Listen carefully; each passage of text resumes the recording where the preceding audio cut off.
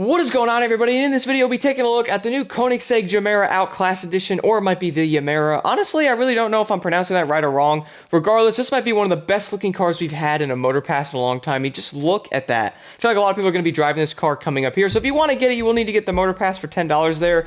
But to be honest, this motor pass so far seems pretty awesome. And I do think this one is worth it, at least compared to the last. I know a lot of people had mixed opinions on that one. Nonetheless, though, the new Koenigsegg is super nice looking. Let's see if we can do any customization to it. So as you guys will see, there really isn't much that can be done to the customization, probably because the car is already heavily customized. I mean, just looking at it, has a carbon fiber on the mirror there, which I zoomed in on the name of the car would have failed. And then obviously it has the yellow and black all around it with the carbon fiber on the splitter there. This car looks absolutely amazing. I love what they did with it. Has a body kit on there as well. I can't wait to see how it drives. I feel like a lot of people are going to start driving this car a lot because the Gemera, however you want to actually pronounce that, is really good. I mean, I was test driving this car a little bit before I was doing this video, and I gotta say, it's pretty impressive. I'm gonna do a top speed run with it right now and do a little test drive as well, and then jump into a race and test it out on there, because this car definitely has some serious potential. Now, arriving outside here in the new Koenigsegg, I just cannot believe how good looking this car is. I mean, they did a great job designing it. If you're wondering, I'm in the middle of a forest over here in the top of New York area up here, because I figured this would be a good little highway to test the car out, because I want to see what this car can actually get to. So let's have a listen. Sounds exactly like I thought it would. Anyway, let's drive it. So if you are wondering, the car only has one gear like the Gemera. The Gemera is pretty amazing to me, or is it Gemera? Regardless, this car is mind-blowing to me because it's literally a 3-cylinder engine hybrid with like 600 horsepower in the 3-cylinder. This thing is absolutely insane, and I love this car, the engineering behind it and all that. And look at this interior, by the way, as well as also designed to the color of the vehicle here. Looks awesome. Let's do a speed run here now. So I gotta say, the acceleration seems pretty dang good on it from what I was doing when testing this car out just a little bit before making this. I gotta say, it gets up to speed pretty dang fast, and you know, being a one-gear vehicle, it's pretty dang impressive. I'd say this car is definitely gonna be used a lot in races and stuff once people start using it more often. Let's hit the nitrous now.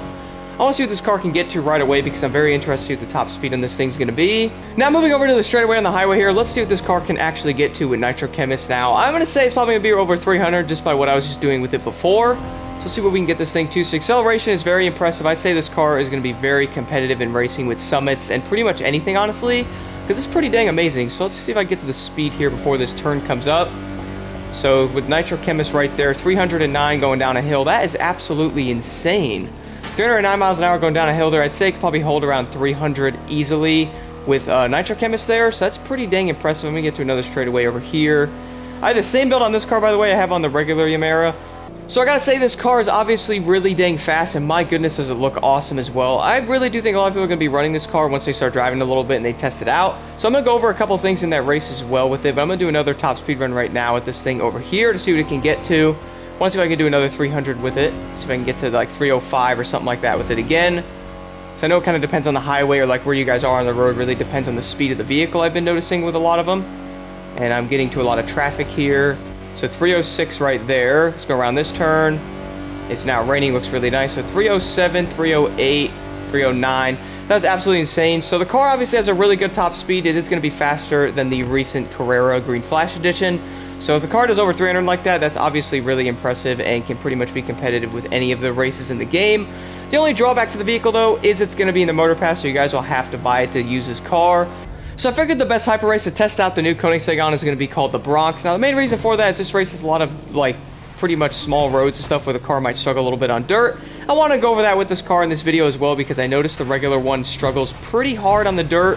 When I was driving that car a little bit and doing a lot of hyper races, can you get out of my way, son? Please, thank you. When I was doing a lot of the hyper races and stuff with that car, I've been noticing that it did struggle a little bit, and it was kind of frustrating me. And I was wondering what was causing it to do that. The Bugattis and stuff don't do that. The other Koenigsegg, like 1, doesn't do that. The Jesco. And I came to realize it's most likely because this car is going to be the like 1-gear transmission there. It's made it struggle. Weirdly enough, though, the Gemera does not have any issues on off-roading. A lot of people actually run that car for escapes. So it's kind of weird to me that this car is so bad. I'll be showing you guys that over here when I get to the little tiny road.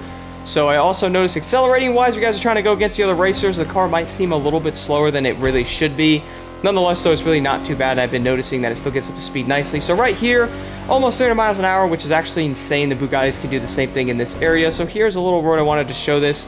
So if you guys barely go off-road here like I am right now, you guys will notice the car pretty much dies down really hard. So I'm going to accelerate and show this again. I think that's the biggest drawback to this car. So if you're trying to cut corners and stuff like that, or trying to go around some areas and you actually know you can cut corners like that really long hyper race, some of the other ones you know you can get around some turns quicker, this car might make you guys struggle a little bit, so I'm going to do it right now. So here's off-roading.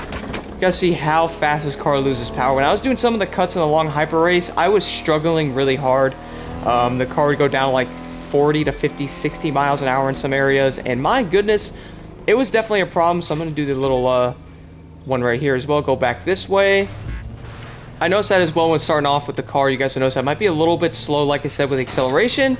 So you guys are trying to use your nitrous and make it go faster. You might blow through your nitrous kind of quick trying to get it back up to speed. I notice the car definitely performs a little bit better once it gets to higher speeds, like above 200. Until then, though, it might be a little bit weird trying to get the car to use nitrous. As you guys will see there, it might be a little sluggish or slow. On a more positive note, though, this car is really good, and I'm actually really impressed with the speed and the handling of this thing. It eats corners. It doesn't slide or have any issues like that. Going over like jumps and stuff like that on the road might make the car be a little weird, like right there, for example. I did adjust the car a little bit like the regular one, and it definitely handles very nicely. The car gets up to speed great, and I gotta say, it's actually really good overall. So if you guys are looking to get the Motor Pass this season around, I recommend taking a look at it. The cars are much better. Like, this thing looks awesome as well. I love the body kit. The yellow and the black on there looks absolutely amazing. They did a great job designing it. So I'd say the biggest drawback to the vehicle is going to be off-roading, for example. So right there, let's cut this corner over here as well, the one that I always cut. I'll show you guys what I mean by how it loses power so hard. A lot of the other hypercars won't do that. So let's continue on this direction. So right here, you guys see how hard it loses speed there. And it might take a second to accelerate again. I was having issues with the regular one when trying to get up to speed afterwards, but it might just be me, but I do think it is a little weird. So as you see right there with the nitrous, it is a little bit wonky when accelerating.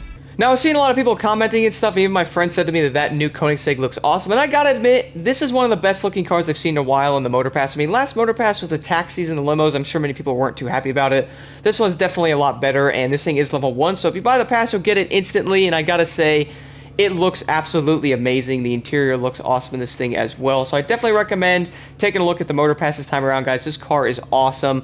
It's fast. The only drawback, like I said, is going to be the off-roading. If you guys are trying to cut corners and all that, you're going to see what I mean by doing some of the bigger cuts. Like you do the long hyper race or some of those other ones, you'll see what I mean by how this car loses power tremendously bad compared to other ones. I really don't know why. I think it might be a bug, or it's just how the car is designed, because the other one does the same thing. I think that's how they designed it, so it doesn't do what the Gemera can do. Because if you guys have noticed, this car has never been used on off-road escape because it literally can't, and it would pretty much fail really bad.